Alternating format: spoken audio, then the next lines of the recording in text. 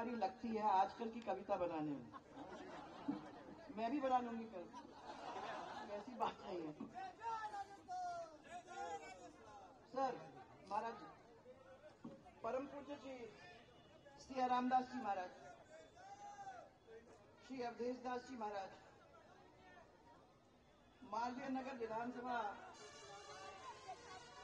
के प्रत्याशी, मेरे सहयोगी, मेरे साथी इतने सालों से, कालीचरण जी सराफ। और कालीचरण जी, आप कितने लकी हो समझो कि आपको ऐसे क्षेत्र से बांधने का ऐसा अच्छा मौका मिला। इतने सालों से आप लोग दोनों साथ चल के आ रहे हो, कैसे आपको अलग कर सकते थे कोई?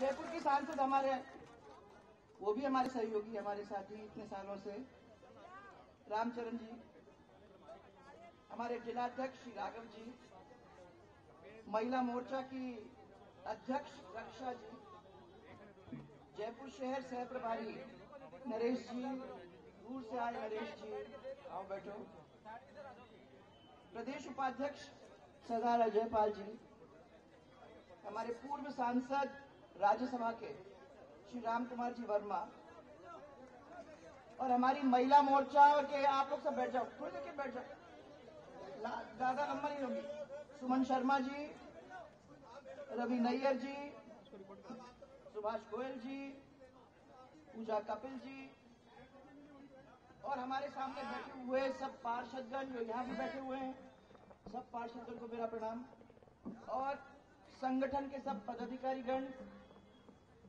और हमारे सबसे इम्पोर्टेंट हमारे परिवार के जो खंभ हैं, हमारे कार्यकर्ता बंधु जो हमारे सामने बैठे हुए हैं, उनको सबको मैं बहुत दिनों बाद आपसे मिलने का ये मौका, आपके आंखों में आंख डालने का मौका, ये सब महिला मोर्चा की महिलाओं के साथ मिलने का मौका, कितना अच्छा लग रहा है कि आज चुनाव की शुरुआत आपके कॉन्स्टिट्यूंसी से करने का, और ये मालवीय नगर की से करने का मुझे ये मौका मिल गया।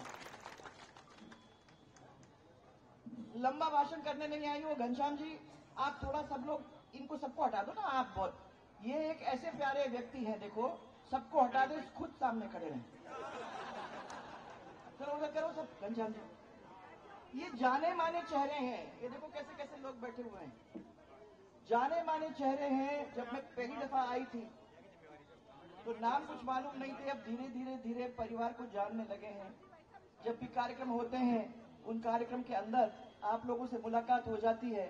आज आपको यहाँ देखकर अत्यंत ही खुशी हो रही है, और मुझे विश्वास है कि जो खंभ लोग यहाँ बैठे हुए हैं, वो इस कार्यक्रम को आगे ले जाते हुए कितने बार, 9वें बार एक रिकॉर्ड स्थापित करने का काम आप लोग मिलकर करोगे, ये मुझे पूरा विश्वास है।